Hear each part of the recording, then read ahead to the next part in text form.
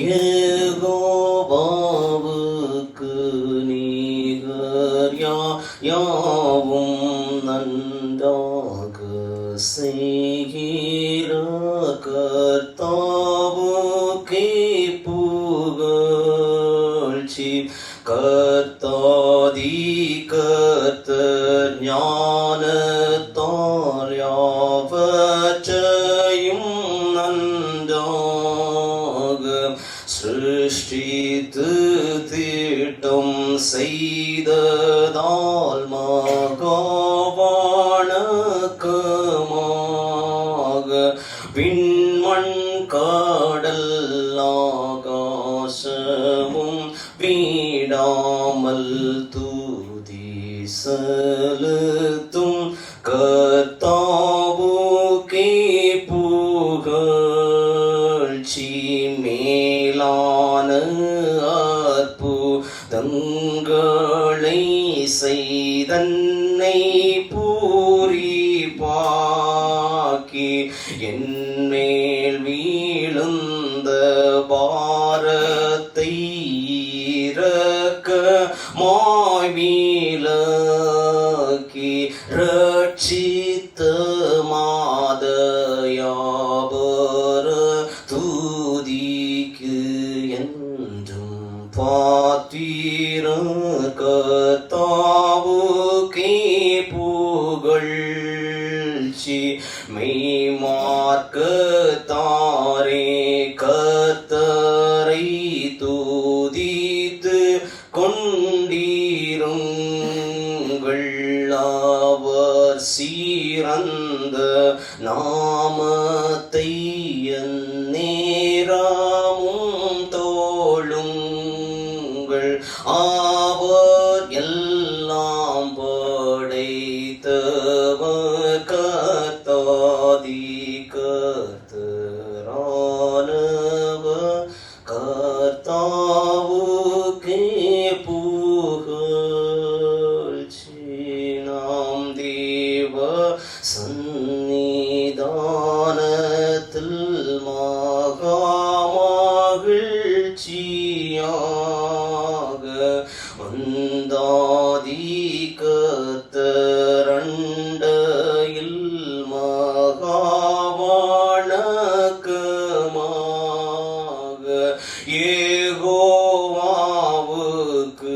நிகர் யாவும் நன்றாக செய்கிற கர்த்தாவுக்கே புகழ்ச்சி. Thank you Lord. இந்த காலை நேரத்தில் உடைய வார்த்தையை பார்க்க துணிகிற ஆண்டவரே, எங்களுக்கு உதவி செய்யுங்க. Helpless Lord, helpless that we understand you. நீர் எழுதி கொடுத்த மகத்துவத்தை பார்க்க, அற்புதங்களை பார்க்க எங்கள் கண்களை திறந்துள்ளங்க. சத்தியத்தை அறியக்கூடாதபடி கிரியை செய்கிற ஆகாமியத்தின் கிரியைகள் எதுவாக இருந்தாலும் இயேசுவின் நாமத்தில் அழிந்து மறைவதாக தேவ பிள்ளைகளுக்கு உண்டாகும் சுதந்திரத்தின்படி அது அப்படியே ஆகும்படி நாங்கள் செபிக்கிறோம். Thank you Lord. Spirit of the Lord, speak within our hearts, O Lord, and enlighten every mind towards the word of the precious word, O Lord. உடைய வார்த்தையை நீர் மகிமைப்படுத்துங்கப்பா. யார் பண்ணிக்கிறோம் நீ பிரைஸ் கேட்கும் வல்லமையில பிதாவே.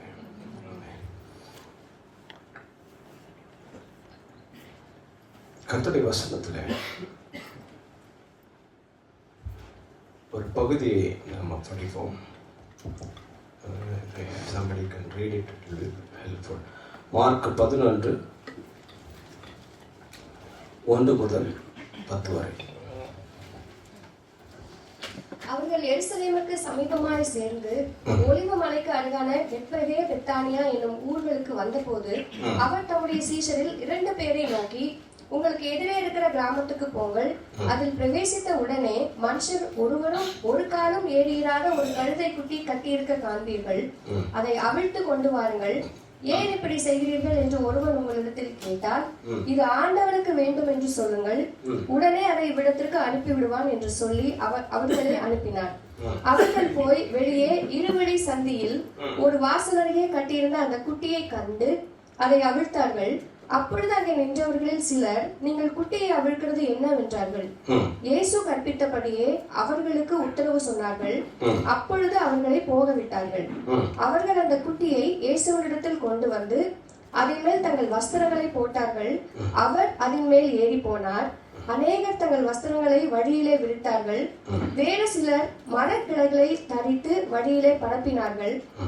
முன்னடப்பாரும் பின்னடப்பாரும், ஓசனா, கர்த்தரின் நாமத்தினாலே வருகிறவர் ஸ்தோத்திரிக்கப்பட்டவர், கர்த்தரின் நாமத்தினாலே வருகிற நம்முடைய பிதாவாகிய தாவீதின் ராஜ்யம் ஆசீர்வதிக்கப்படுவதாக, உன்னதத்திலே ஓசனா என்று சொல்லி ஆர்ப்பரித்தார்கள். இந்த பகுதியை நம்ம பலமுறை படித்திருக்கிறோம். இதிலிருந்து நம்முடைய வாழ்க்கை சம்பந்தப்படுத்தி நான் ஒரு been to the prayer, missionary prayer for some time back. பரிசுத்த ஆவியானவர் கற்றுக் கொடுத்ததை நான் உங்களுக்கு பகிர்ந்து கொள்ள வாஞ்சிக்கிறேன். இதில் திஸ் இஸ் நாட் பீன், அதை நம்ம அப்படியே லிட்ரலாக நம்ம தியானிக்கிறதில்ல. இதில் நம்ம வாழ்க்கையில் என்ன இருக்குது, இது எதை குறிக்கிறது, இதில் நாம் என்ன செய்ய வேண்டும், அப்ளை ஹியர். இதில் மார்க்கில் சுவிசேஷம் அந்த 11 பார்த்தீங்கன்னா, ஆண்டவர் தெளிவான ஒரு இன்ஸ்ட்ரக்ஷன்ஸ் கொடுக்குறாரு. என்ன பண்ணணுமா அவங்க 2 பேர்கிட்ட. If somebody can read it in KJV, Mark chapter 11 and verse 2.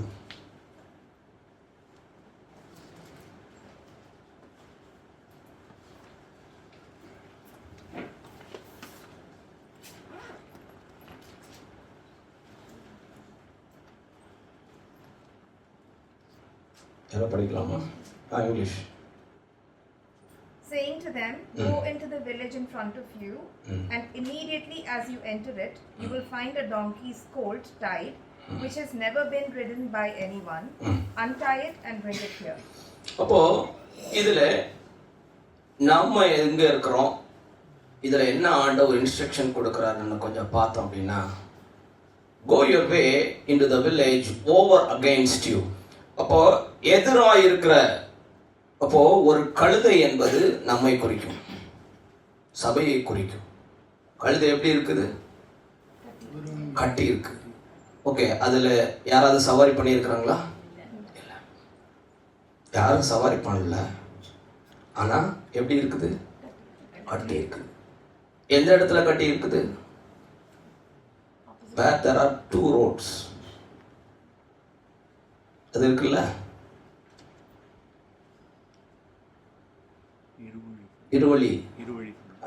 இருவழி சந்தி இருக்குல்ல.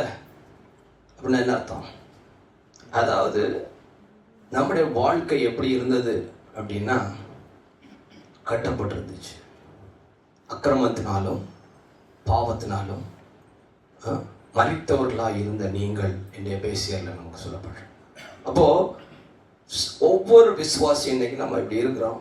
நம்முடைய வாழ்க்கை எங்கேயோ ஒரு பகுதியில் கட்டப்பட்டவர்களாய் இருக்கிற ஆண்டவர் சொல்றாரு, நீங்க போங்க.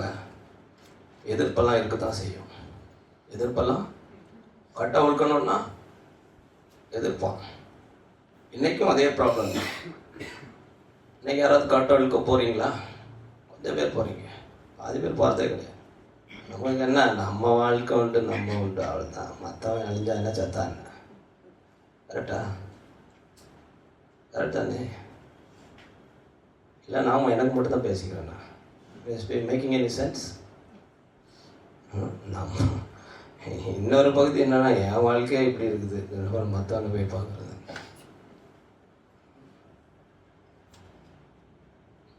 If you understand God's heart, He is very serious about that. He is very serious about that matter.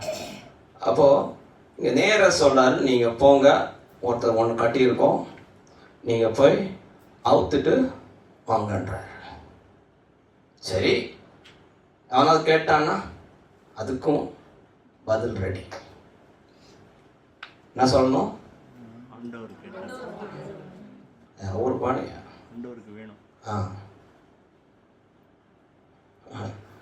It's very clear.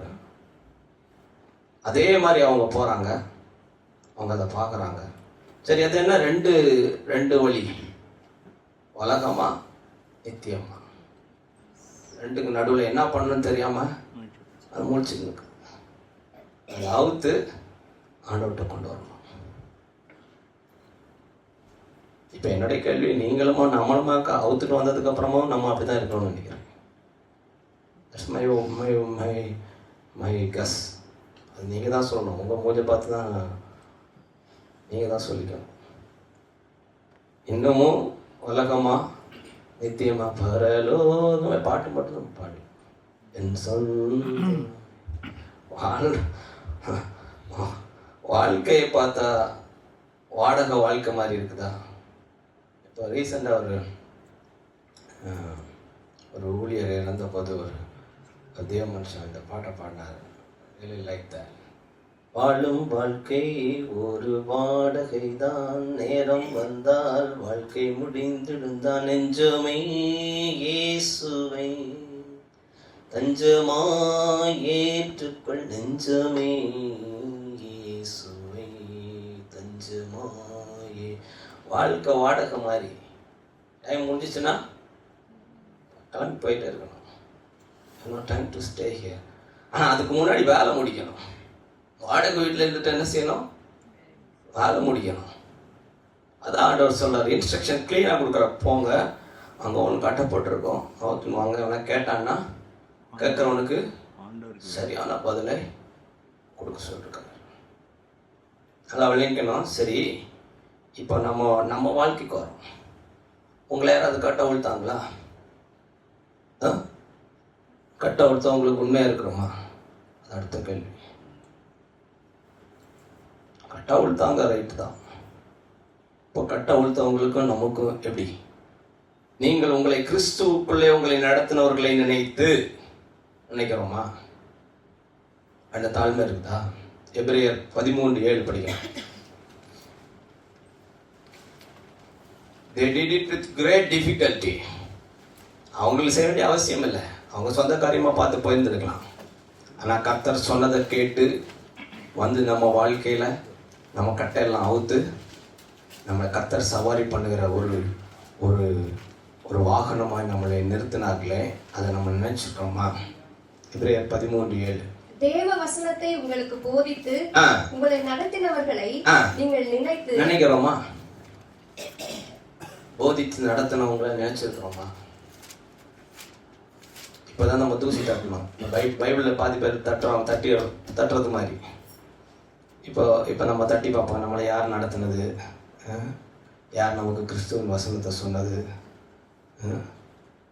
பலர் என்ன சொல்கிறாங்கன்னா, எனக்கு வந்து ஆண்டவரே டைரெக்டாக வந்தார். அப்படி ஒருத்தர் சொல்லுங்க பார்ப்போம். சாது சுந்தர் சிங்கை தவிர எனக்கு தெரிஞ்சு யாருக்கும் டைரெக்டாக அந்த மாதிரி எனக்கு ஃபிட்னஸ் கிடையாது. அந்த அளவுக்கு டெஸ்பரேட்டாக உயிரை கொடுக்குறதுக்கு அளவுக்கு யாருக்கும் துப்பம் நான் பார்க்கல. என்னுடைய ப்ராக்டிக்கல் அனுபவத்தில் சொல்கிறேன். மேபி முன்ன நாட்கள் இருந்திருப்பாங்க. நம்ம பழகிற ரீதியில், நம்ம கேட்குற ரீதியில் there was nothing desperate like that. அதனால கர்த்தருக்கும் அப்படிப்பட்ட ஒரு நீடு வரல. நமக்கு மனுஷன் இருக்கிறான். சரி, மனுஷன் போதும். மனுஷனை கர்த்தர் நம்புறாரு. God still trusts you and me. But will you do or not? That is your choice. செய்வியே செய்ய மாட்டேன்றது உன்னோட opinion. But he is a faithful, very loving, kind-hearted person that he trusts even the cheat. அதாவது தன்னை ஏமாத்தினவனையும் மறுதளிச்சினவனையும் நம்புகிற ஒரே ஒரு கர்த்தர். நம்ம என்ன நம்புவோமா? ஒரு தடவை மாற்றி பேசிட்டான்னா அவள்தான் முத்திரை போட்டுருவோம். இவன் அவ்வளோதான், அழிக்க மாட்டான்ட்டு. ஆனால் கர்த்தர் அப்படி கிடையாது. கர்த்தருடைய அன்பை நம்ம பார்க்கலாம். சரி, இப்போ என்னுடைய கேள்வி, யார் நடத்தினாலும் தெரியுமா? அந்த தாழ்மை இருக்குதா? அது இம்பார்ட்டன்ட். நம்ம எங்கோ நான் வாழ்ந்தேன், அறியாமல் அலைந்தேன். பாட்டெல்லாம் நம்ம very good at the singing. But whether we are really thinking about that, why God chose me, ஏன் கர்த்தர் தெரிந்து கொண்டார், எப்படியா வாழ்ந்து போயிருப்பேன், பாரம்பரிய கிறிஸ்தவனா வாழ்ந்து போயிருப்பேன், என்னை ஏன் ஒரு ஆள் அனுப்பணும்? I still remember the person who first spoke to me. கர்த்தர் உங்ககிட்ட பேசணும்னு சொன்னார். ராஜ பாஸ்டர் கூட நான் ஒரு பேட்டியில் சொல்லியிருந்தேன், கர்த்தர் உங்களோட பேசணும் அப்படின்னு சொல்கிறார். கர்த்தர் எதுக்கு என்னோட பேசணும்? Why the creator of the universe have to speak to you? ஏன் பேசணும்? அவருக்கு பேசணும், பேசினார். That is love. That is love. யாருன்னு பார்த்து பேசுறது இல்லை, அவருக்கு விருப்பிச்சு பேசினார். That's it. அவனுக்கு என்ன தகுதி இருக்குது, அவன் இப்படிப்பட்டவனா இல்லை, அவருக்கு எப்படிப்பட்ட ஆளாகவும் மாற்று, எந்த மனுஷனையும் பிரகாசிப்பிக்கிறவர், எந்த மனுஷனையும் பலப்படுத்தி மேன்மைப்படுத்துவர் அவருடைய கரத்தினால் ஆகும். He can do that. அதனால் நம்மக்கிட்ட இருக்கிறத வச்சு அவர் நம்மளை தேடியெல்லாம் வரல, பட் நம்ம எல்லாம் அன்பு வைத்து, நீங்கள் என்னமோ திரளான ஜனங்கள் இங்கே பெரியவங்கன்னு சொல்லி பெரிய பலவான்கள்னு சொல்லி உங்களை தெரிந்து கொள்ளாமல் நீங்கள் உலகத்திலே அற்பமானவங்கள தான் இருந்தீங்க. We are very least, but still God chose us. கர்த்தர் நம்மளை தெரிந்து கொண்டார். தேடி வந்தீரே நன்றி ஐயா, தெரிந்து கொண்டீரே நன்றி ஐயா, நன்றி நன்றி இடைவிடா நன்றி உமக்கு தானே, எல்லா தேவன் உமக்கு தான். சரி, இப்போ கிறிஸ்துவுக்குள்ள நம்ம நடத்தினவங்க அவங்க சொந்த வாழ்க்கை போதும்னு இருந்திருந்தா நம்மளை நடத்த முடியுமா? இப்ப நம்ம எப்படி இருக்கிறோம்? நம்ம சொந்த வாழ்க்கை போதும் இருந்தா கர்த்தருடைய சித்தம் நம்ம வாழ்க்கையில் நிறைவேறுமா? இல்லை கர்த்தருடைய சித்தம் நம்ம மூலமா இன்னொருத்தட்ட இருக்குதுன்னா அது நிறைவேறுமா? யோசிக்கணும். கர்த்தருடைய ஆசீர்வதிப்பார், உன்னை வாழாக்காமல் தலையாக்குவார்னு சொன்னா நல்லதுதான். உண்மையிலே வாழாக்காம தலையாக்குவதான் செய்வார். ஆனால் எப்படி செய்வார்ன்றது ரொம்ப முக்கியம். நிச்சயமாக வாழாக்காம தலையாக்கு தான் செய்வார். ஒரு வாழாக்குவேன்னு சொல்லவும் இல்லை, வாழாக்குறது அவருடைய பிளானும் இல்லை. ஸோ இதையே சொல்லி சொல்லி இருக்கிறதுனால ஏதாவது மேன்மை இருக்குதா? அவர் வாழாக்காம தலையாக்குவார், அவர் வாழாக்காம தலையாக்குவான் செய்வார், நீங்க சொன்னாலும் சொல்லணும்னாலும். But my question is, what is driving? நம்மளை டிரைவ் பண்ணது எது? அதை கொஞ்சம் பார்க்கணும்ல. ஆண்டோடைய அன்பு டிரைவ் பண்ணிச்சுன்னா ஏதாவது வேலை நடக்கும், வேற ஏதாவது டிரைவ் பண்ணிச்சுன்னா வேற வேலை நடக்கும். இப்போ எது டிரைவ் பண்றதுன்றது நம்ம செக் பண்ணோம். இப்போ கிறிஸ்துவுக்குள்ள நடத்தினவர்களை நம்ம நினைக்கிறோமா? இதை நினைக்கலன்னா சம்திங் ராங், சம்திங் இங்க தலைக்கு ஏறிடுச்சுன்னு அர்த்தம். சொல்லுவாங்கல்ல, தலைக்கு ஏறிச்சுன்ட்டு பெருமை, அந்த மாதிரி ஏதோ ஏறிச்சுன்னு அர்த்தம். கிறிஸ்துவுக்குள் உங்களை நடத்தினவர்களை நீங்கள் நினைத்து, யாராவது ஒருத்தர் உங்களை ஆண்டவர் குறித்து சொல்லியிருப்பார்ல, அவருடைய வாழ்க்கை ஒன்றை தொற்றுக்கும் இல்லை, அந்த ஆளுடைய விசுவாசத்தின் முடிவை நீங்கள் சிந்தித்து, அவர் நடத்தை முடிவை நம்ம சிந்திக்கணும். அப்படி நடத்தினா என்னவா போறோம் அதை சிந்திச்சு விசுவாசத்தை என்ன பண்ணணும்?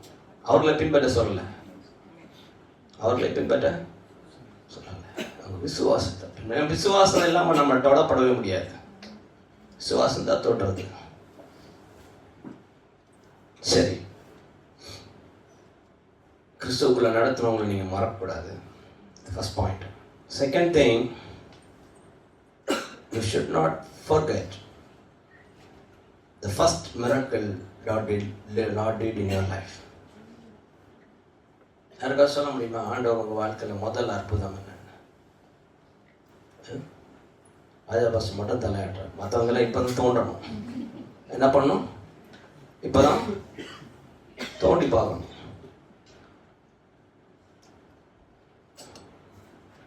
இப்போது யாருக்கா தோண்டி கிடைச்சுதா?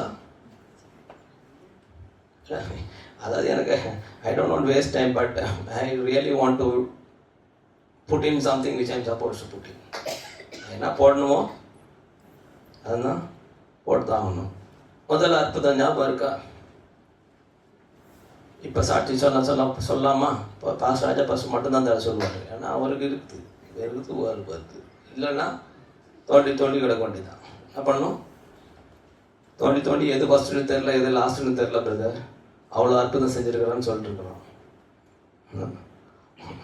உண்மையிலே மரியாதை இருந்துச்சுன்னா கரெக்டாக சொல்லுவோம். எப்படி சொல்லுவோம்?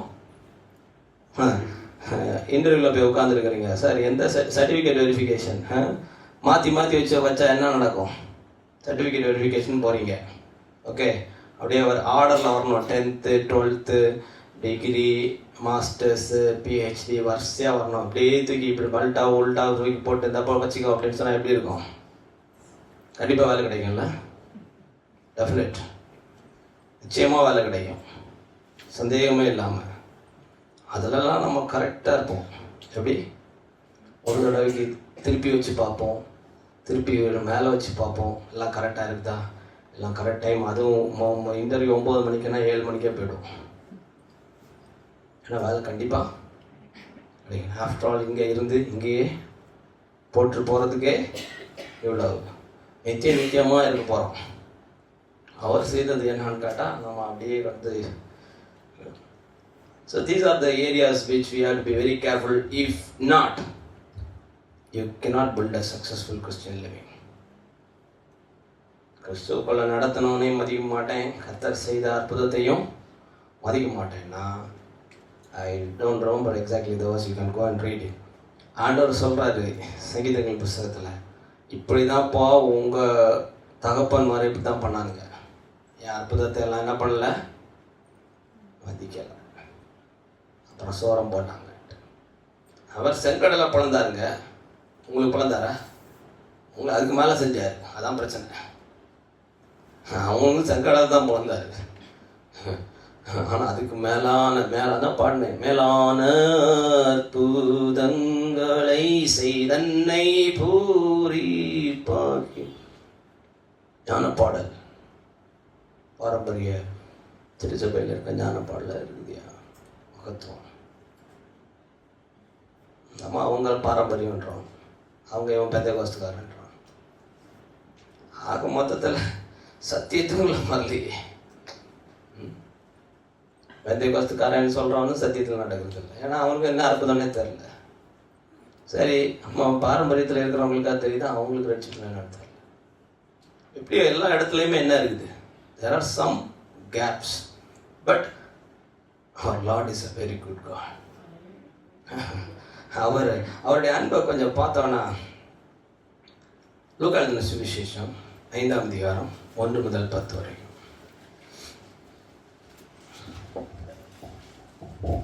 லூக்கா எழுதின சுவிசேஷம் 5 1 முதல் 10. அவர்கள் திரளான மீன்களை பிடித்தது நிமித்தம் அவனுக்கும் அவனோடு கூட இருந்த யாவருக்கும் 1 to 10 பின்பு அவர் கெனசரேத்து கடல் அருகே நின்றபோது திரளான ஜனங்கள் தேவ வசனத்தை கேட்கும்படி அவரிடத்தில் நெருங்கினார்கள். அப்பொழுது கடற்கரையிலே நின்ற 2 படகுகளை கண்டார். மீன் பிடிக்கிறவர்கள் அவைகளை விட்டு இறங்கி வலைகளை அலசி கொண்டிருந்தார்கள். அப்பொழுது அந்த படகுகளில் ஒன்றில் ஏறினார். அது சீமோனுடையதா இருந்தது. அதை கரையிலிருந்து சற்றே தள்ளும்படி அவனை கேட்டுக்கொண்டு அந்த படவில் உட்கார்ந்து ஜனங்களுக்கு போதகம் பண்ணினார். அவர் போதகம் பண்ணி முடித்த பின்பு சீமோனை நோக்கி, ஆழத்திலே தள்ளி கொண்டு போய் மீன் பிடிக்கும்படி உங்கள் வலைகளை போடுங்கள் என்றார். அதற்கு சீமோன், ஐயரே, முழுவதும் நாங்கள் பிரயாசப்பட்டும் ஒன்றும் அகப்படவில்லை, ஆகிலும் உம்முடைய வார்த்தையின்படியே வலைகளை போடுகிறேன் என்றான். அந்தபடியே அவர்கள் செய்து தங்கள் வலை கிழிந்து போகத்தக்கதாக மிகுதியான மீன்களை பிடித்தார்கள். அப்பொழுது மற்ற படவில் இருந்த கூட்டாளிகள் வந்து தங்களுக்கு உதவி செய்யும்படிக்கு சைகை காட்டினார்கள். அவர்கள் வந்து 2 படகுகளும் அமிழத்தக்கதாக நிரப்பினார்கள். சீமோன் பேதுரு அதை கண்டு இயேசுவின் பாதத்தில் விழுந்து, ஆண்டவரே, நான் பாவியான மனுஷன், நீர் என்னை விட்டு போக வேண்டும் என்றான். அவர்கள் திரளான மீன்களை பிடித்தது நிமித்தம் அவனுக்கும் அவனோடு கூட இருந்த யாவருக்கும் பிரமிப்புண்டானபடியினால் அப்படி சொன்னான். சீமோனுக்கு கூட்டாளிகளான செபெதேயுவின் குமாரராகிய யாக்கோபும் யோவானும் அந்தபடியே பிரமித்தார்கள். அப்பொழுது இயேசு சீமோனை நோக்கி, பயப்படாதே, இது முதல் நீ மனுஷரை பிடிக்கிறவனாய் இருப்பாய் என்றார். இந்த பகுதியை படித்திருக்கிறீங்களா? தியானித்திருக்கிறீங்களா? இதுதான் அவருடைய வாழ்க்கையில முதல் அற்புதம். Can never forget that. He almost told, you live long, I'm not worthy.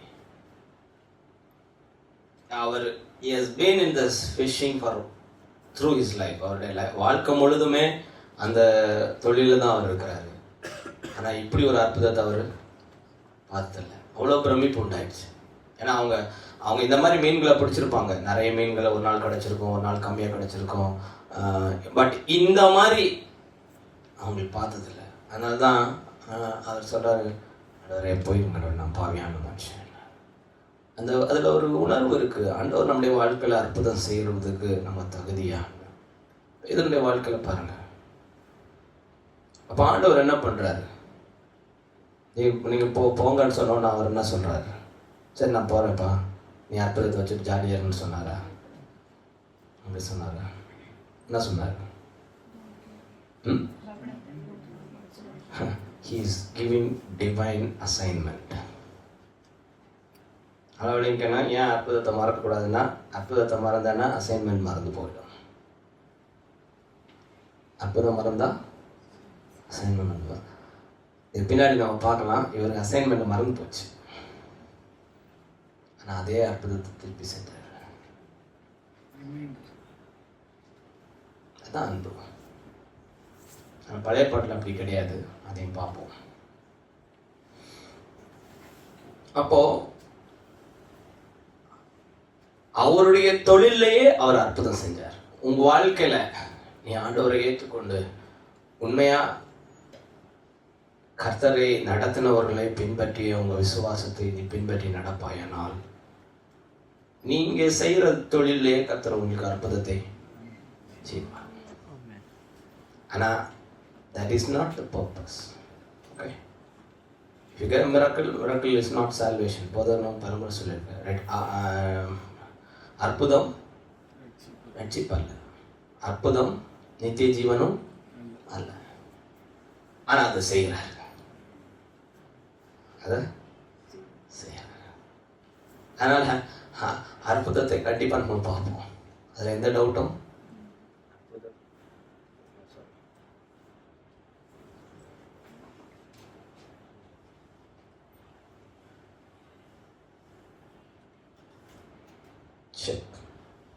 அற்புத பிறவி. நம்ம மறுபடியும் பிறந்த பிறப்பு ஒரு அற்புதமான பிறவி.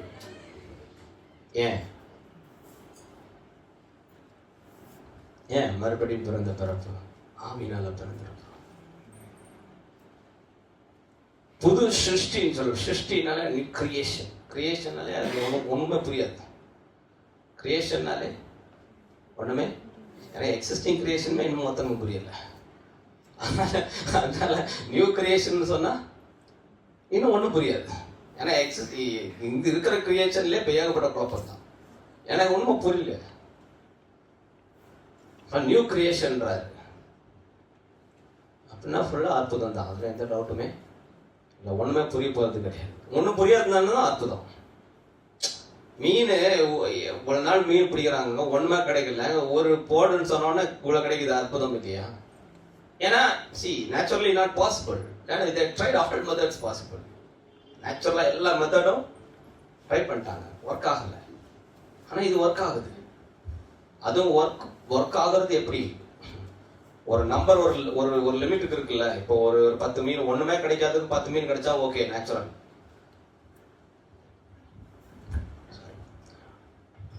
இது எவ்வளவோ இயற்கைக்கு அப்பாற்பட்டு கிடைக்குது.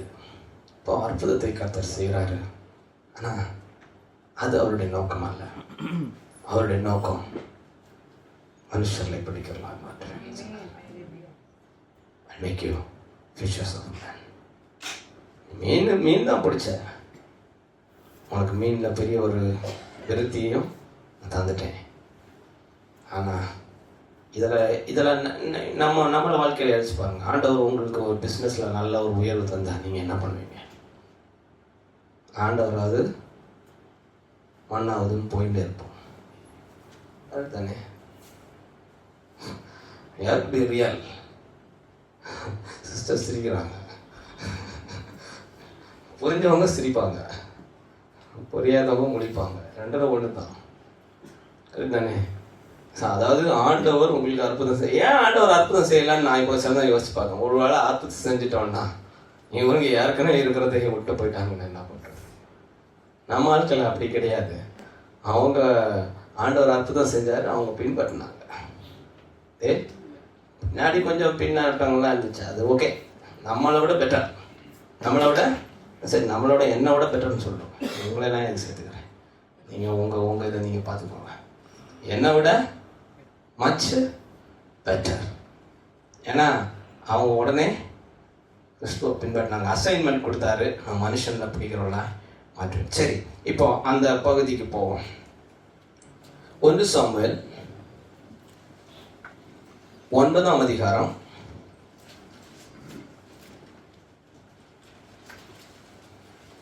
1 முதல் அப்படி கொஞ்சம் படிக்கலாம். பென்யமீன் கோத்திரத்தாரில் கீஸ் என்னும் பேருள்ள மகா பராக்கிரமசாலியான ஒரு மனுஷன் இருந்தான். அவன் பென்யமீன் கோத்திரத்தானாகிய அபியாவின் மகனான பெகோராத்திற்கு பிறந்த சேரோரின் புத்திரனாகிய அபியேலின் குமாரன். அவனுக்கு சவுல் என்னும் பேருள்ள சௌந்தரியமான வாலிபனாகிய ஒரு குமாரன் இருந்தான். இஸ்ரவேல் புத்திரரில் அவனை பார்க்கிலும் சௌந்தரியவான் இல்லை. எல்லா ஜனங்களும் அவன் தோளுக்கு கீழா இருக்கத்தக்க உயரமுள்ளவனா இருந்தான். சவுலின் தகப்பனாகிய கீசுடைய கழுதைகள் காணாமல் போயிற்று. ஆகையால் கீஸ் தன் குமாரனாகிய சவுலை நோக்கி, நீ வேலைக்காரரில் ஒருவனை கூட்டிக் கொண்டு கழுதைகளை தேட புறப்பட்டு போ என்றான். போதும். இப்போ இந்த பகுதி எல்லாரும் படிச்சிருப்பீங்க. இது ஒன்றும் நான் ஒன்றும் பைபிள் ஸ்டடி பண்ணல. பட் இது சவுலுடைய அவருடைய தன்மைகளை குறித்து தெளிவாக எழுதியிருக்குது. சவுல் எப்படிப்பட்ட ஆளாக இருந்தார், அவருடைய ஹைட்டுக்கு பார்த்தீங்கன்னா மற்றவங்க எல்லாம் கீழே இருந்தால் பயங்கர சௌந்தரியமான ஆள். அப்போ இதில் புரிந்து கொள்ள வேண்டியது என்னன்னா, கழுதை காணாமல் போகுது. இதை நான் ஏற்கனவே கழுதை குறித்து சொல்லும்போது சொன்னேன். கழுதை ஆத்மாவை குறிக்கும், சபையை குறிக்கும்னு சொல்லி.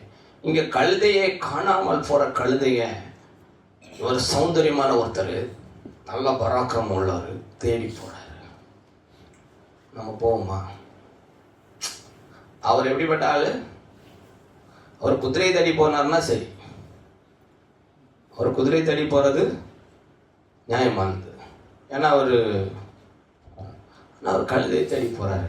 அப்போது ஒருவேளை நமக்கு செல்வாக்கு சம்பத்து எல்லாம் இருந்தாலும் ஆத்மாவை தேடி போவோமா? Good character. அப்பா சொல்கிறாரு, அது கர்த்தர் சொல்கிறாருன்னு வச்சுக்கோங்களேன். பார் சொல்கிற கேட்டு போகிறாரு. சவுலுடைய ஒரு நல்ல குணம். எல்லாரும் சவுல் கர்த்தர் நிராகரிச்சார், அதெல்லாம் ரைட்டு தான், அது நம்மள மாதிரின்னு வச்சுக்கோங்க. ஆனால் அவர் கர்த்தர் சொல்கிறத அவருக்கு அப்பா சொல்கிறத கேட்டு என்ன பண்ணுறாரு? கழுதை தேடி போகிறார். கழுதை காணாமல் போயிடுச்சு. அப்போது தொலைந்து போன ஆத்துமாக்களை தேடி போகிறது யாருடைய வேலை? யாருடைய வேலை? என்னோட வேலைன்னு சொல்லுங்க. நம்மன்னு சொல்லி நம்மன்னு செய்கிறதே கிடையாது. அதான் சொன்னேன்ல, நம்மன்னு சொல்லும் போதே அதில் என்ன தெரியுதுன்னா பார்ட் போட்டோம். எவனும் செய்யறது கிடையாது.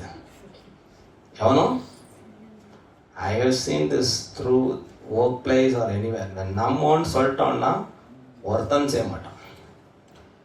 ஒன்னே நான் செய்யணும், இல்லை அசைன் பண்ணணும். மேனேஜர்லாம் டீசென்ட் ஓட்டுறான். ஆளை அசைன் பண்ணியிருந்தான். அசைன் பண்ணலாம் செய்ய மாட்டான். கேட்டால் அவன் செய்வான்னு நினச்சேன், அவன் செய்வான்னு நினச்சேன். இதே வேணாம், நேம போட்டுருவான்.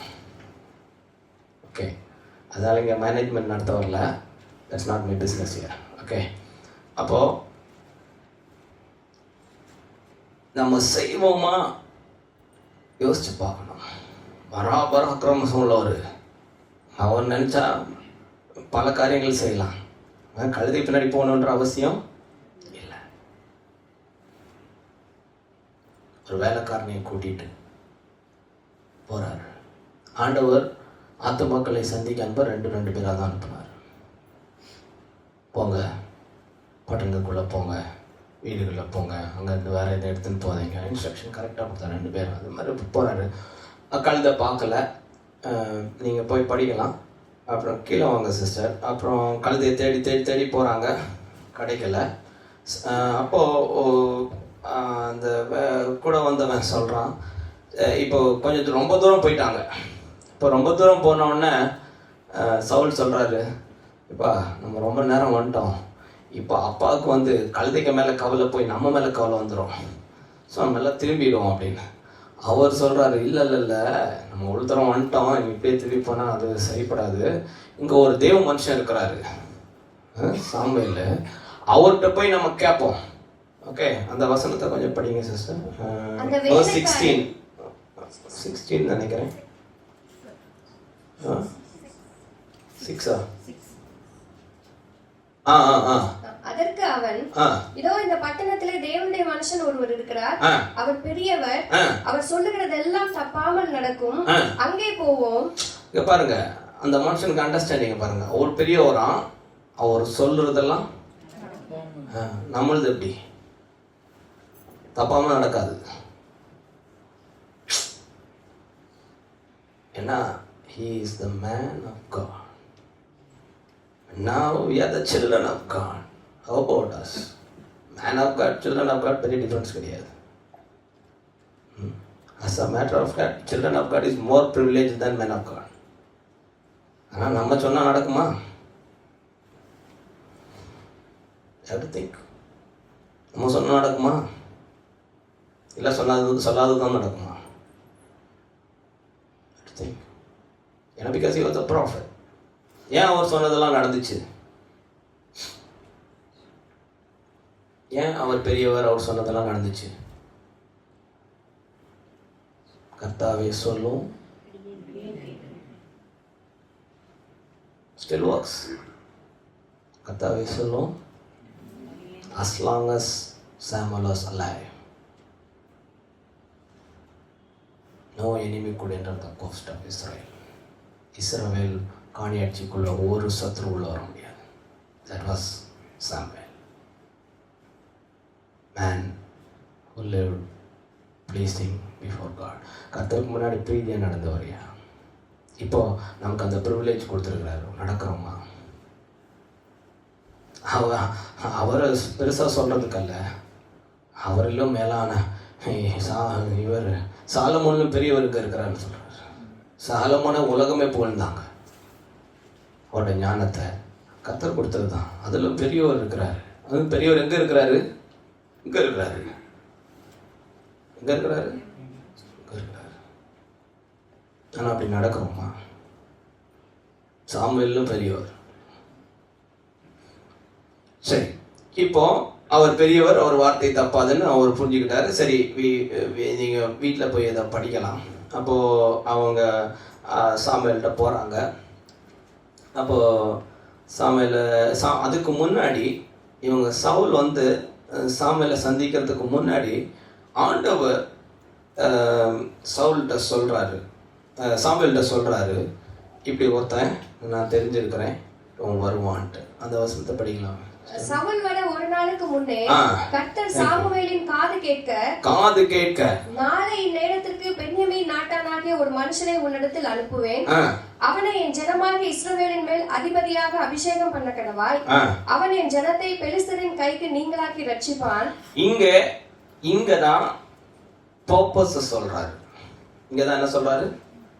பர்பஸ். நான் அவனை எதற்காக தெரிந்து கொண்டேனோ அதை அங்க சொல்றாரு. என் ஜனத்தின் முறையிடுதல் என்னிடத்தில் வந்து எட்டினபடியினால் நான் அவர்களை கடாட்சித்தேன் என்று வெளிப்படுத்தி இருந்தார். நல்லா ஆண்டவர் இந்த மனிதனை தெரிந்திருக்கிறாரு. ஓகே, அவருடைய இருதயத்துல அவன் மேல இருந்த பர்பஸையும் வெளிப்படுத்துறாரு. இப்ப நம்மளை தெரிந்திருக்கிறார்ல, அந்த பர்பஸ் அவங்களுக்கு வெளிப்படுத்தலையா? வெளிப்படுத்தினாரா? வெளிப்படுத்தலையா? வெளிப்படுத்தாத மாதிரியே நடந்துக்கிறோமா? These are all we have to really check. ஏன்னா சால் ஃபெயில்டு. அவர் எப்படிப்பட்ட ஆளு? சௌந்தரியம் உள்ளவர். அவருக்கு தோள்பட்டை கீழே தான் மொத்தம் இருப்பான். ஆனா அவர் he failed.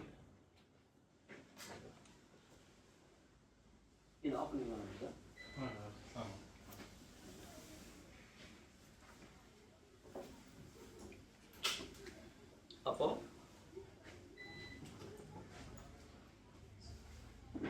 நாளை தினத்தில் இந்த நேரத்தில் அவர் வருவான்னு சொல்லி ஆண்டவர் தெளிவாக சொல்கிறார். That means he already planned. எப்படி வந்து அந்த கழுதையை கட்ட அவிழ்க்கிறதுக்கு ஆண்டவர் ஏற்கனவே ஒருத்தன் கேட்பான். கேட்கும்போது நீங்கள் என்ன சொல்லணும் எல்லாமே. அப்போது இவருக்கு கழுதை காணாமல் போகுது, இவர் தேடி வராரு. தேடி வந்துட்டு கரெக்டாக அந்த இடத்துல வந்து சாமுவேலை பார்த்து கேட்குறாரு, இங்கே ஞான திருஷ்டிக்காரன் யாருன்ட்டு. அவர் சொல்கிறாரு, நான் தான் அப்படிங்க. அப்போ சொல்கிறாரு, சரி நீங்கள் அங்கே போயிருங்க, நான் உங்களை சந்திக்கிறேன்றார். அப்போ முக்கியமான காரியம் என்னன்னா, ஆண்டவர் ஒரு மனிதனை தெரிந்து கொள்ளும் போது அவனுக்கு செய்கிற மகத்துவத்தை பாருங்க. ஆண்டவர் இவனை தெரிந்திருக்கிறாரு, இவர் வரார். இவர் கழுதையை தேடி ஒரு உண்மையான ஒரு நல்ல இருதயத்தோட வந்த ஒரு மனிதன். அளவழிக்கணும். நீங்கள் உண்மையிலே ஆத்துமாக்கள் உங்களை கட்ட அவிழ்த்து விட்டுட்டாரு. ஓகே, நீங்கள் மற்றவங்களை கட்ட அவிழ்க்கணும்னு ஒரு உண்மையான இருதயத்தோடு நீங்கள் செய்வீங்கன்னா கர்த்தர் உங்கள் வாழ்க்கையில் அற்புதத்தை செய்வார். அவருக்கு வந்து அந்த கழுதை அகப்பட்டதுன்னு சொன்னார். என்ன சொன்னார்? நீ விசனப்பட வேண்டாம், இந்த கழுதை நீங்கள் தேடி வந்தது காரியம். அப்படின்னா என்ன அர்த்தம்? நீங்கள் உண்மையிலே ஆத்துமாக்களை தேடுவீர்களானால் கர்த்தர் உங்கள் வாழ்க்கையில் அந்த மேன்மையை உங்களுக்கு தருவார். அது அகப்பட்டதுன்னு சொல்கிறாரு. அகப்பட்டதுன்னு மாத்திரமல்ல, அங்கே ஒரு விருந்தை ஆயத்தப்படுத்துறாரு. ஒரு விருந்தை ஆயத்தப்படுத்துறாரு. ஆண்டவர் நமக்கு விருந்தை ஆயத்தப்படுத்தினாரா இல்லையா? சரி, அப்படியே நம்ம இணைச்சு நம்மளை பார்க்கணும். அதாவது ஏதோ தியரி மாதிரி பார்த்துட்டு இருக்காம, சவுலுடைய வாழ்க்கையில ஆண்டவர் அவர் கழுதையை தேடி தான் போனார். கழுதையை தேடி போகிற அந்த சூழ்நிலையிலையும் ஆண்டவர் கழுதையை அகப்பட பண்றாரு. இவங்களுக்கு இருதையெல்லாம் என்ன எதில் இருக்கும்? அதாவது கழுதையை காணல, இப்ப நாமும் காணாம போயிடுவோமோன்ற பயம், எல்லா கலக்கத்தோடு அவங்க இருக்கிறாங்க. இப்படியே கர்த்தர் ஒரு செய்தியையோ ஒரு தரிசனத்தையோ அறிவிக்கவில்லை. அளவழிக்கணும். நீங்க கலக்கத்தோட உங்க வாழ்க்கை இருக்குமா இருக்காதா, எனக்கு பிள்ளைக்கு என் நிலைமை என்னாகும், என் வாழ்க்கை என் சரீரம் என்னாகும், இப்படி கலக்கத்தோடைய ஆண்டவர் உங்களுக்கு ஒரு தரிசனத்தை சொல்லுகிறவர் அல்ல. அதுக்கு முதல்ல ஒரு சொல்யூஷன் கொடுக்குறாரு. அது இருந்தா படிக்கலாம் sir. somebody can give the light to her, please help. அது அகப்பட்டதுன்ற வசனம். let me take it. இல்ல வெயிட் பண்ணுங்க. நீ இன்றைக்கு என்னை விட்டு போகிற போது பென்யமீன் எல்லையாகிய செல்சாகில் ராகேலின் கல்லறைகளில் 2 மனுஷரை காண்பாய். இல்ல not that. Okay, I got it. Verse 20 சொல்லுங்க. As per your donkey's tail. அது அகப்பட்டது. Wait one second, let me take it. 19. படிங்க பிரதர். இங்கிலீஷ்ல 20. 20 20 படிங்க. Mic sorry.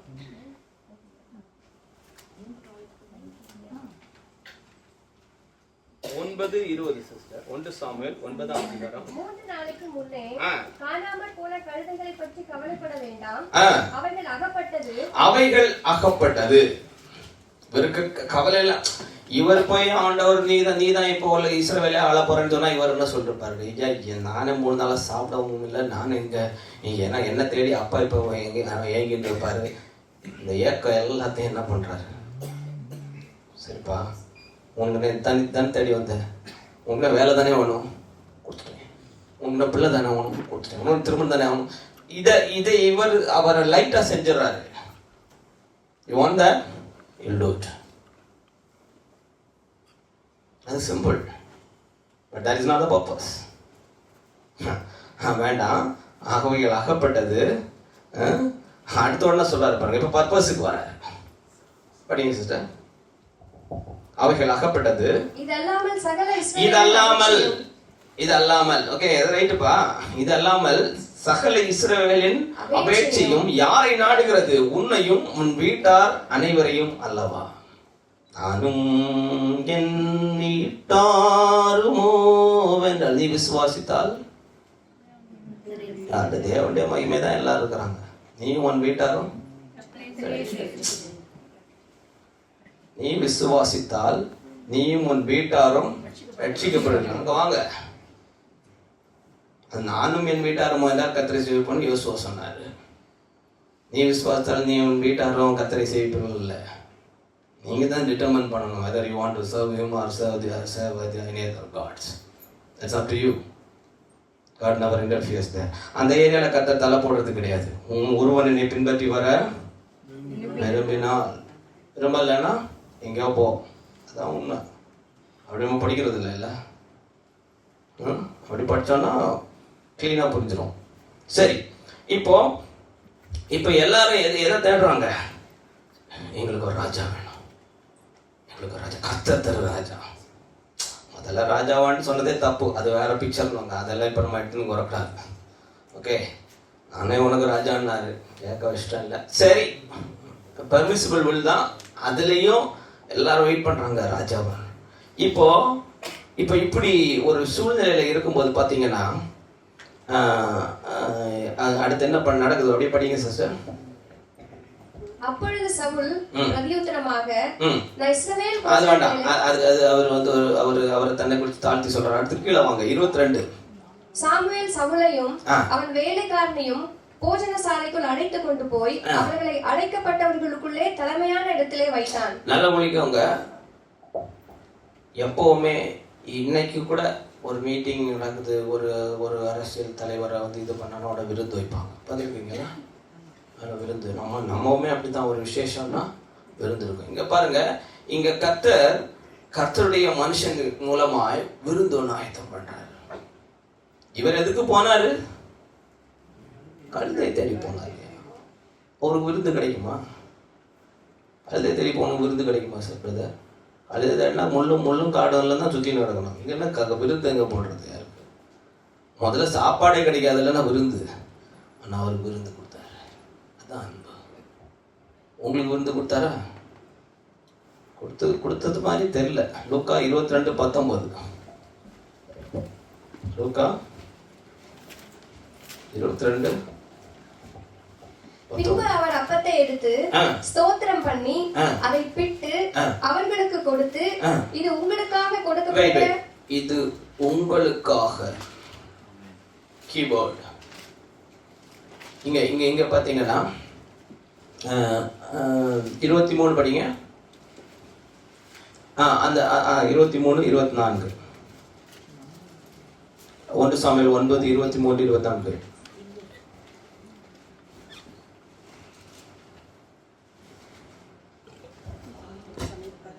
பின்பு சாமுவேல் சமையல்காரனை பார்த்து, நான் உன் கையிலே ஒரு பங்கை கொடுத்து வைத்தேனே, அதை கொண்டு வந்து வை என்றான்.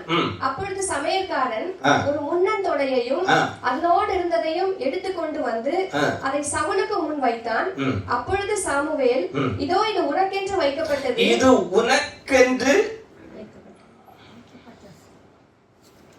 எப்படி இருக்கு? எல்லாருக்கும் பொதுவா போடுறது இல்லை. இது உங்களுக்காக பிற்கப்படுகிற என்னுடைய சரீரம். Specific to you man. Specific.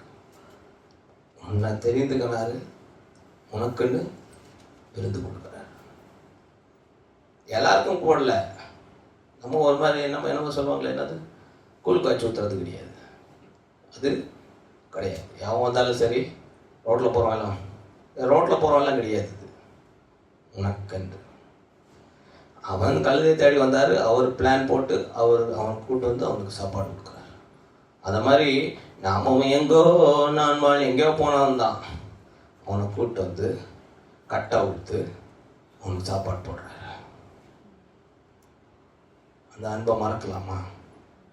சரி, சாப்பாடு போட்டதோட முடிஞ்சா? சாப்பாடு போட்டதையும் மறக்கக்கூடாது. அதனால தான் சாப்பாடு போடுறாரு. சரி, அடுத்து என்ன பண்றாரு? 25. அவர்கள் மேடையிலிருந்து பட்டணத்திற்கு இறங்கி வந்த பின்பு அவன் மேல் வீட்டிலே சவுலோடே பேசிக்கொண்டான். மேல் வீடு அனுபவம் நமக்கு கர்த்தர் கொடுத்தாரா?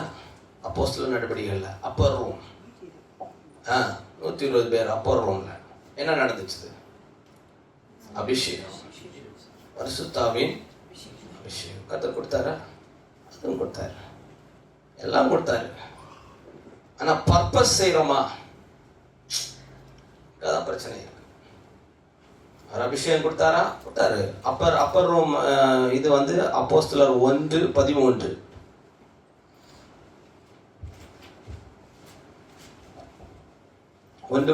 படிக்கலாம். அடுத்தது 2 கொரிந்தியர் 1:21 படிக்கலாம்.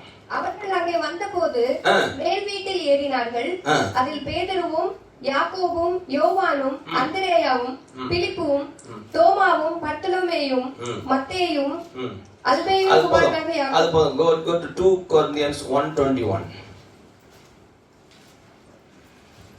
உங்களோடே கூட எங்களையும் கிறிஸ்துவுக்குள் ஸ்திரப்படுத்தி நம்மை அபிஷேகம் பண்ணினவர் தேவனே. நல்லா விளைக்கோங்க. இந்த வசனத்துக்கு கொஞ்சம் முன்னாடி பாத்தீங்கன்னா எங்க வார்த்தைகள் வந்து எஸ் நோ இப்படி இல்ல, எஸ் இருக்குது. கிறிஸ்துவுக்குள்னு ஒரு தெளிவை கொடுத்துட்டு அப்புறம் தான் உங்களை அபிஷேகம் பண்ணாருன்னு சொல்றாரு. இதே இணக்கத்தை நீங்க 1 சாமுவேல் 9 பாருங்க, 27 படிங்க. அவர்கள் பட்டணத்தின் கடைசி மட்டும் இறங்கி வந்த போது சாமுவேல் சவுலை பார்த்து, நல்லா விளைக்கோங்க, வெரி இம்பார்ட்டன்ட் மொமெண்ட். சாப்பாடு கொடுத்தாச்சு, ஸ்பெசிஃபிக்கான விஐபி மத்தியில் உட்கார வச்சு சாப்பாடு கொடுத்தாச்சு, ஸ்பெஷல் கான்வர்சேஷன் நடந்திருக்குது. இப்போ வந்து சொல்றாரு சாமுவேல் சவுலை பார்த்து வேலைக்காரனை நமக்கு முன்னே நடந்து போக சொல் என்றான். இப்போ இது ரொம்ப இம்பார்ட்டன்டான மொமெண்ட். ஓகே, வேலைக்காரன்லாம் இருக்கக்கூடாது, வேலைக்காரன் எல்லாம் அது சரி கிடையாது. சரி, அப்படியே அவன் நடந்து போனான். இப்பொழுது நான் தேவனுடைய வார்த்தையை உனக்கு தெரிவிக்கும்படி நீ சற்றே தேவனுடைய வார்த்தை அவ்வளவு முக்கியமானது. It's a top secret. அதனால என்ன சொல்றாரு, நீ போ, நீ அங்க நெல்லு, நான் தெரிவிக்கும்படிக்கு நீ சற்றே தரித்து நில். You have to listen to what God says. நீங்கள் கவனமாய் கேட்டு, என் வார்த்தைகளை கவனமாய் கேட்டு. நீ அங்க உலகத்துல இருக்க எரிச்சலோட இருந்தாலும் ஒன்றும் கேட்க முடியாது. யாரு சர்வெண்டே இருக்கக்கூடாதுன்றாரு. என்ன பண்ணணும், அதை என்ன பண்றதுன்னு கேட்டு இருப்பான். அதெல்லாம் வேணாம், நீ ஓண்டி நெல்லு, தரித்து நெல்லுன்றாரு. இங்க நமக்கு 2 கொரிந்தியர்ல சொல்லப்பட்டிருக்கு, எங்க வார்த்தைகள் இப்படி இல்லை, ஸ்டடியா இருக்கு, கிறிஸ்துக்குள்ள ஆமென் இருக்குதுன்னு சொல்லிட்டு தான் நம்மளை அபிஷேகம் பண்ணார். அடுத்த வசனத்துல அபிஷேகம் நடக்குது. படிங்க 10:1. அப்பொழுது சாமுவேல் தைல குப்பியை எடுத்து அவன் தலையின் மேல் வார்த்து அவனை முத்தம் செய்து, see, this is the absolute point. பரிசுத்த முத்தத்துடனே உங்களை வாழ்த்துகிறேன் தான் செஞ்சாருங்க. அணைச்சு முத்தம் செஞ்சு anointed to do the Lord's purpose, to do His purpose. அவருடைய சுத்தத்தை செய்யும்படி நம்மளை நேசித்து நமக்கு முத்தம் கொடுத்து நம்மளை அபிஷேகம் பண்ணார். சரி, அடுத்து நிறைய இருக்கு. இதை நீங்க வீட்டில் போய் உங்க தியான நேரத்தில் நீங்க படிக்கலாம். அதுக்கப்புறம் பார்த்தீங்கன்னா பல அடையாளங்களை சொல்றாரு. இன்னைக்கு இப்படியெல்லாம் நடக்கும். ஓகே, நீ இப்போ பரிசுத்த ஆவியானவருடைய பலனை பெறுவ, தீர்க்க தரிசனம் உரைப்ப, எல்லாம் சொல்லி அவர் அனுப்புனார். Okay, purpose is very important. இதெல்லாம் எதுக்கு செஞ்சாரு அப்படின்னா பர்பஸ் சேர்த்து. What is the purpose? சவுலுடைய பர்பஸ் என்ன?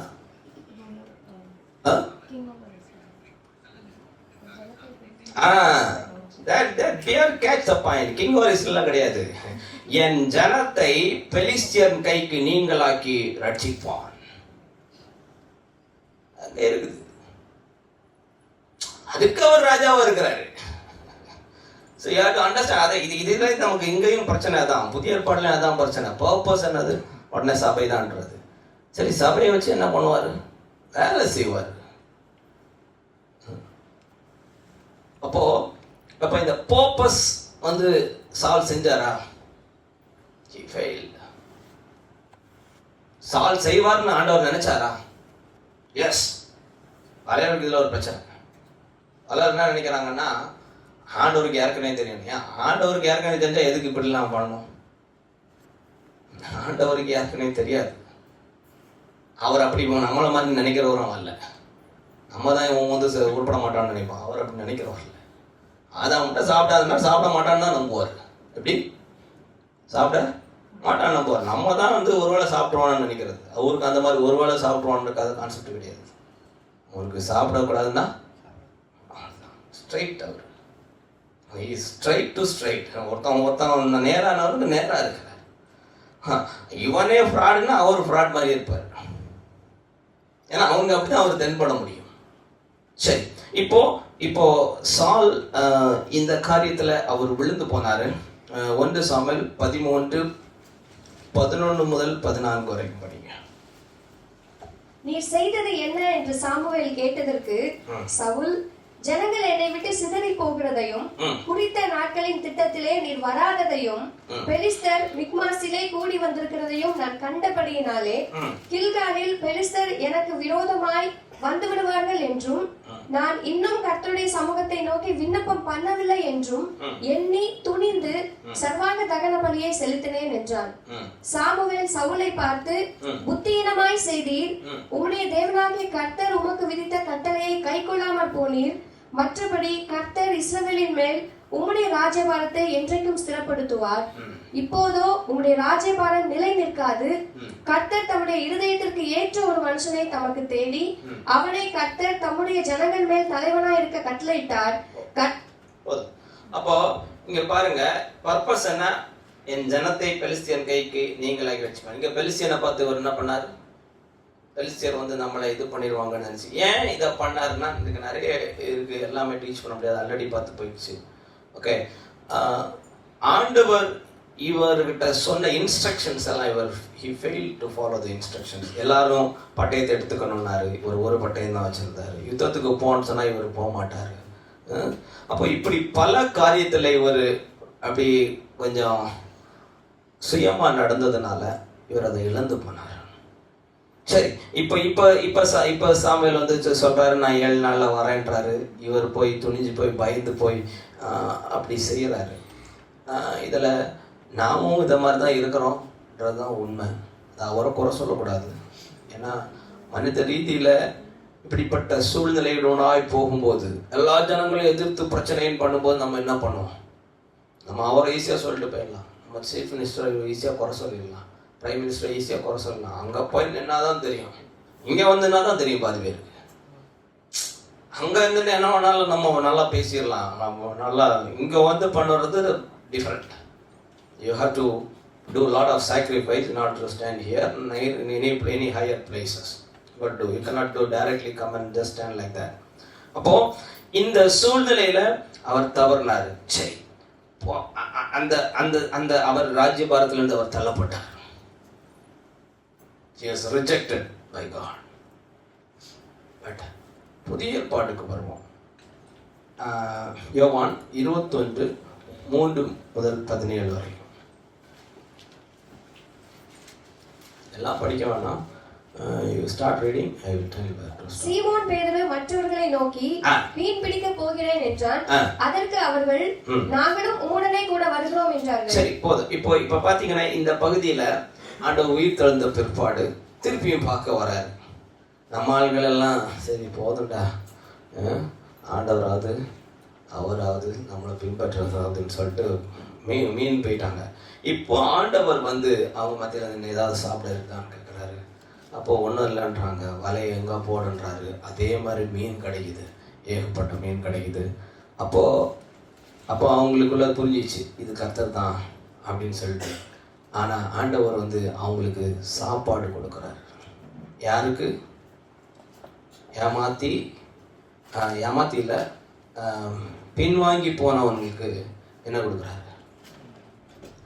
மறுபடியும் என்ன சொல்றாரு? டிவைன் அசைன்மெண்ட்டை திருப்பி சொல்ல, என்னிடத்துல அன்பா இருக்கிறியான்னு கேட்குறாரு. அப்போ ஆண்டவர் தன்னை மறுதளிச்சனவன்ட்டையும் என்னதான் சொல்றாரு? என் வேலையை செய்வியா? முதல்ல என்ன சொன்னாரு? உன்னை வேலை செய்ய, உன் வேலை கொடுக்குறேன்ப்பா அப்படின்னாரு. உன்னை மனுஷனை பிடிக்கிறவடா மாட்டாரு. இவன் செய்யலை. அப்போவாது சரி இது போதில் இது வேற ஏதாவது பார்ப்போன்னு பழைய ஏற்பாடு மாதிரி செய்யாம திருப்பவும் அன்புல சாப்பாடையும் கொடுத்து அவரே சுட்டு அவரே கொடுத்து அன்பை பாருங்க.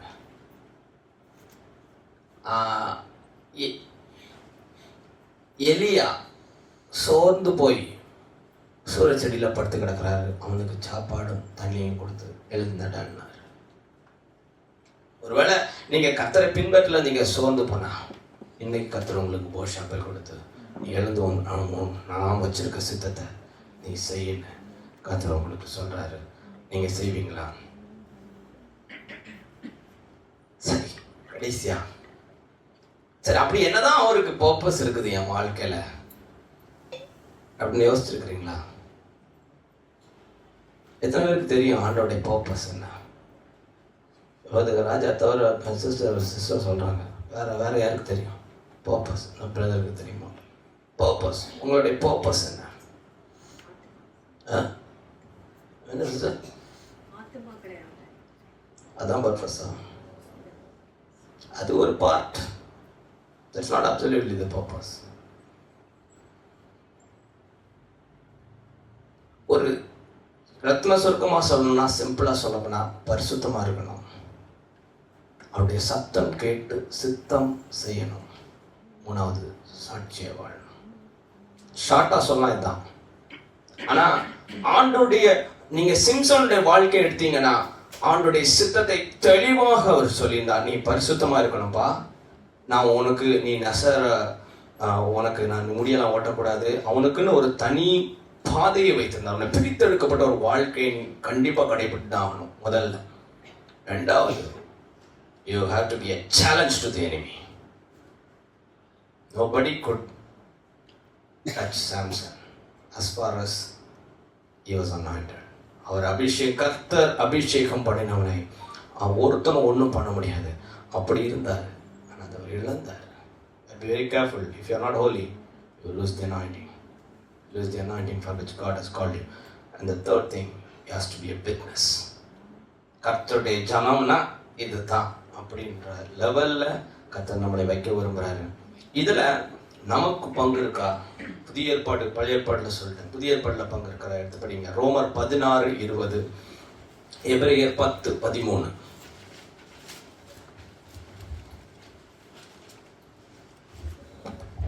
சமாதானத்தின் தேவன் சீக்கிரமாய் சாத்தானை உங்கள் கால்களின் கீழே நசுக்கி போடுவார். நம்முடைய கர்த்தராகிய இயேசு கிறிஸ்துவுடைய கிருபை உங்களுடனே கூட இருப்பதாக. என்ன பண்ணுவாரு? சாத்தானே யாருக்கு காலிக்கல? எனக்கு காலிக்கல. புரியுதா? இது அவருடைய சித்தம். அடுத்தது எபிரேயர் 10:13 இன்னும் பியூட்டிஃபுல்லா இருக்கும். எபிரேயர் 10:13. இனி தம்முடைய சத்துருக்களை தமது பாதபடியாக்கி போடும் வரைக்கும் காத்து கொண்டிருக்கிறார். எதுக்கு இருக்கிறாரு? அதாவது எதுக்கு வெயிட் பண்றாருன்னா, நான் தலையை நசுக்கினேன், நான் தலைய என் சபையை தான் நசுக்கும், அந்த வாழை நசுக்கும். சரி, பாம்பு இருக்குல்ல, பாம்பை முதல்ல எங்க அடிப்பாங்க? தலையை அடிப்பாங்க. அடிச்சதுக்கு அப்புறம் என்ன பண்ணும்? வாழை ஆட்டின்னு கிடக்கும். அதை யார் அடிக்கணும்? சின்ன பிள்ளைங்க அடிப்பாங்க. தலையார் அடிப்பாங்க, பெரியார் அடிப்பாங்க. வாழை சின்ன பசங்க அடிப்பாங்க. இப்போ நம்மகிட்ட சின்னப்பா வாழை அடிக்க சொல்றாரு, அடிப்போமா? அது உங்க இஷ்டம். வாழை தான் அடிக்க சொல்றாரு. நம்ம வாழை பார்த்து தலைன்றோம். நம்ம என்ன சொல்றோம்? பிரதர், உங்களுக்கு தெரியுமா பிரதர், அது தலைன்றோம். ஆண்டவர் சொல்றாரு, அது வாழுப்பா, நான் அதே ஏற்கனவே அடிச்சுட்டேன், நீ சும்மா வாழை மட்டும் அடி, அதுக்கு தான் ஒன்று வச்சிருக்கிறேன், அதான் என்னுடைய சித்தம்ன்றாரு. அதே தான் பெலிஸ்தியன் கையிலேருந்து விடுதலை ஆக்குறது தான் அவருடைய நோக்கம். சாத்தான் கையிலேருந்து ஜனங்களை பிடிச்சி தேவனுடைய ராஜ்யத்துக்கு கொண்டு வரது தான் யாருடைய நோக்கம். கர்த்தர் நம்ம மேலே வச்சிருக்கிற நோக்கம். இதை செய்வீங்களா? You have to do with your own heart voluntarily. No force. God, in the kingdom of God there is no force. Let's pray. Thank you Lord. அப்பா, இந்த காலை நேரத்தில் நம்முடைய வார்த்தையை பார்க்க, அப்பா, கட்டப்பட்டு எங்கேயோ வாழ்ந்துட்டு இருந்த எங்களை கட்டவிழ்க்க கர்த்தர் சித்தம் கொண்டீர். கர்த்தருடைய தூதர்களை அனுப்பி அப்பா எங்களை கட்டவிழ்த்தீர். அற்புதத்தை எங்கள் வாழ்க்கையில் செய்தீங்க ஆண்டவரே. அது மாத்திரமல்ல ஆண்டவரே, எங்களுக்கு அவர்களுடைய பெரிய முன்னந்தொடை அபிஷேகத்தை தந்து அப்பா எங்களுக்கு உம்முடைய ஜீவன் உம்முடைய சரீரத்தையும் இரத்தத்தையும் எங்களுக்கு தந்து என்னுடைய ஜனம் விசேஷித்தது என்று சொல்லி உம்முடைய சித்தத்தை செய்யும்படி கர்த்தருடைய சத்தம் கேட்டு சித்தம் செய்ய எங்களை தெரிந்து கொண்டே அப்போ சவுல் அதை இழந்து போனார். அவர் கர்த்தருடைய சத்தத்தை ஒழுங்காய் கேட்காததுனால நாங்கள் அப்படி இராதபடிக்கு அல்லேலூயா ஆண்டவரே அபிஷேகம் பண்ணப்பட்ட சபையாய் கர்த்தருடைய சத்தத்தை கேட்டு சித்தம் செய்ய அநேகர் கட்டப்பட்டு என் வழி எது வழி நித்திய ஜீவனுக்கு செல்லும் வழி எது என்று அங்கலாய்த்து கலங்கி குழம்பி இருக்கிறவர்களை அல்லேலூயா கட்டவிழ்த்து அவர்களை நீதியின் பாதையை நடத்த எங்களுக்கு அனுகிரகம் தாங்க. எங்களை தாழ்த்தி அர்ப்பணிக்கிறோம். எங்களோட பேசுங்க இடைப்படணும். மீட்பர் இயேசுவில் கேட்கிறோம். வல்லமையுள்ள பிதாவே.